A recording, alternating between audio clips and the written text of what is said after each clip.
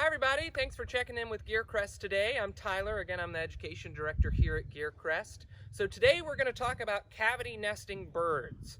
One of the most important vocabulary words when it comes to talking about cavity nesting birds is a snag. And a snag is basically a standing dead tree or a large dead limb of a tree that birds can actually excavate and make their homes in. So when we talk about cavity nesting birds, they can really be broken into two principal categories: primary excavators and secondary excavators. So primary excavators are all woodpeckers here in Oregon. So shortly after a tree has died, a woodpecker may find a limb or the trunk of the tree and is actually going to go in and excavate a hole or a hollow, similar to the one that you see that's currently being used by birds here in this white alder. So woodpeckers will go in, they'll actually carve out their nest as a part of a mating ritual. One way that woodpeckers actually communicate is by pecking on wood, pecking on dead trees. So as a part of their mating rituals, both male and sometimes females will be a part of taking the trunk of that dead tree, or again a large limb, and actually excavating a hollow that they will build a nest in and raise their young. Sub to that, and a secondary category to primary excavators are what we call weak excavators. So they do the same thing as a primary excavator, but they're not going to go after a tree that's freshly dead. It's going to have really, really hard wood remaining. They're going to go for a limb or a tree that's been dead for enough time that wood is a little bit softer. So when we think about nuthatches, for instance, they're primary excavators, but they're going to go more for those soft snags that aren't quite as hard. Now, when we talk about primary excavators, they are considered a keystone species because there are many species that are dependent on them building that hollow for them to raise their nest. So that brings us to secondary excavators. So secondary excavators do not actually make the hole. They do not make the hole and excavate the hollow in the tree. Instead, they're going to use a hole that was excavated by woodpeckers last year. So again, they're the ones that are going to find the holes already made and raise a nest in them. So owls, for instance, are secondary excavators, wrens as well, and even ducks, including my favorite bird on the planet, the wood duck, is a secondary excavator because it makes its home in a pre-excavated nest. So when we talk about cavity nesting birds, we also want to talk about the habitat more broadly.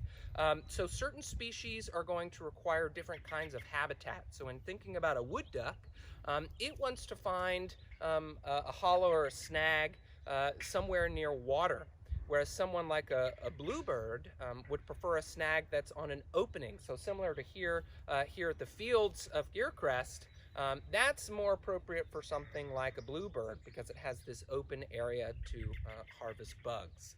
So think about that too when you're thinking about cavity nesting birds. It's not just the snag, it's also the habitat and the broader ecosystem. So when we talk about these kinds of birds, and we've got some guests joining us, so we might see some sheep here in a bit. But when we talk about these birds, there are a lot of threats to them, the biggest of which, of course, is humans. So when we see a tree like this, it is not necessarily appealing, and in many ways it can be quite dangerous. These tall trees that have large parts of them that are carved out, that are rotting, they can be a threat. So the top could fall out and injure us. So quite often humans actually cut down these snags. Another one, it really has to do with firewood. A farmer is not necessarily going to let a tree actually rot naturally, providing that snag and that habitat.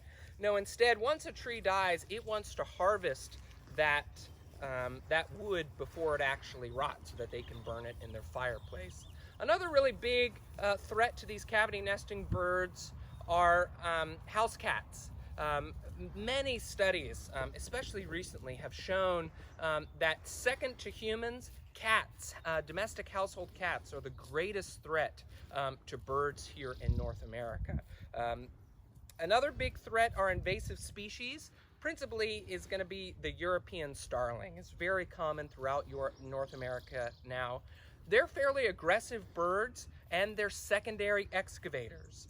So when we look at sort of the loss of habitat, the loss of these snags and these naturally aging forests, when you bring in a European starling, a very aggressive secondary excavator, it's going to take up more of those cavities that would typically go to native species. Bluebirds are a great example. They've been greatly affected by European starlings because they're roughly the same size. So that's another, again, invasive species are a really big threat to these birds. So in thinking about what we can do as humans, really the easiest thing that we can do is that we can let snags remain.